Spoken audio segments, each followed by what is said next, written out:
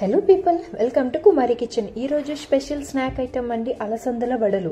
ఈ అలసందల వడలు మరి ఎలా తయారు చేసుకోవాలో మరి చూసేద్దామా. ప్రాసెస్లోకి వెళ్ళిపోదాం.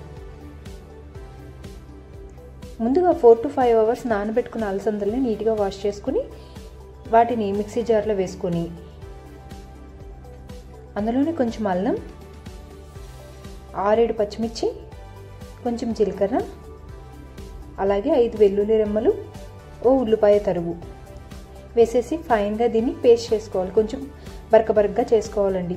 ఇలా వచ్చిన తర్వాత ఇందులో కొంచెం సాల్ట్, అలాగే కొంచెం గరం మసాలా పొడి, కొంచెం కొత్తిమీర తరుగు, అలాగే కొంచెం కారం వేసి కాసేపు ఇలా కలిపేసుకోవాలండి. ఇలా కలిపేసుకున్న తర్వాత అందులో కొంచెం కరివేపాకు కూడా వేసుకోవాలి. వేసుకొని ఓసారి కలుపుకొని స్టవ్ పైన ఆయిల్ పెట్టుకొని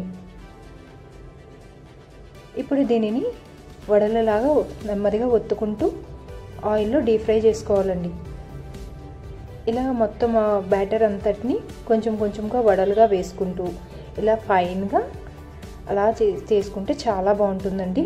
ఇవి చాలా ఈజీగా అయిపోతాయి, కానీ హెల్త్కి చాలా మంచిది. చాలా హెల్త్ బెనిఫిట్స్ ఉన్న ఈ వడలు హెయిర్కి, బోన్స్కి అంతా చాలా మంచిదండి. చాలా సింపుల్గా అయిపోయి ఈవినింగ్ స్నాక్స్గా తింటే చాలా బాగుంటుంది. నచ్చిందా? నచ్చితే please subscribe to my channel.